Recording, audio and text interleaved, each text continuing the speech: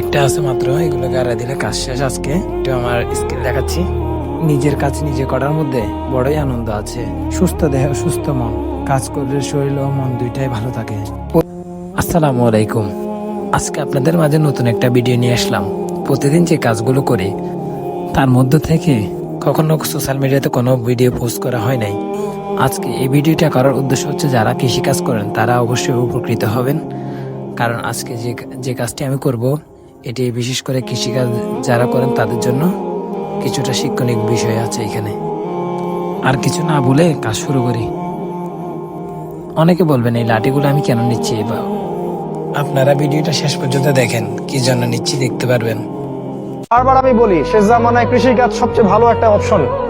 আপনি নিজের খাবার নিজে উৎপন্ন করার চেষ্টা করেন, খামার করেন, গাভীর, ছাগলের, ভেড়ার জমি কেনেন, সেখানে কৃষি কাজ করেন, মাছের প্রজেক্ট করেন, অন্য আরো অনেক প্রজেক্ট আছে, এগুলো করেন। ওই শহরায়নের দিকে দৌড়াবেন না, ওইটা ধ্বংস হতে যাচ্ছে সামনে। ব্যাংক থাকবে না, ডলার থাকবে না, আমেরিকা এবং পশ্চিমা বিশ্ব বলে কোনো দেশের অস্তিত্ব সামনে বিশ্বে থাকবে না। আলহামদুলিল্লাহ, আমি আমার কাঙ্ক্ষিত স্থানে চলে আসলাম। আর সামান্য বাকি আছে। তা আমরা চট্টগ্রাম ভাষায় ফুড বলি, এগুলো আপনারা কি বলেন? ফুটাত্ত খাদ্য, আপনারা অবশ্যই কেউ অনেকে কাদা বলেন। যাই হোক, আপনারা দেখেন আমি কি করতেছি। এগুলো আমি সবগুলো নিচ্ছি, নেওয়ার পর একটা একটা জবিনের মধ্যে গাড়ি দিব। এগুলো সবগুলো আব্বু করার কথা, কিন্তু আব্বু অন্যদিকে কাজ করতেছে। তো আমিও ফ্রি থাকি না, ডিউটি থাকে। আজকে ফ্রি আছি, এই কারণে এগুলো গাড়া দিচ্ছি। যে পরিমাণে গরম পড়তেছে অলরেডি ঘামাই গেছি। কাজ করলে তেমনি শরীর থেকে ঘাম ঝরবে। এগুলো জবিনের গাড়ানোর উদ্দেশ্য হচ্ছে আমরা বলি দেশ বসার কারণে। আর বইয়ের ভাষায়, বৈজ্ঞানিক ভাষায় বলে পিঙ্গে পাখি। এগুলো তো পাখি বসবে, এখানে অনেক ধরনের পোকা হয় জমিনের মধ্যে, এগুলো ক্ষতিকারক। এই পাখিগুলোকে আপনারা কে কি বলেন কমেন্টে অবশ্যই বলে যাবেন। পাখির ভিডিও আমি লাস্টে দিয়ে দিব।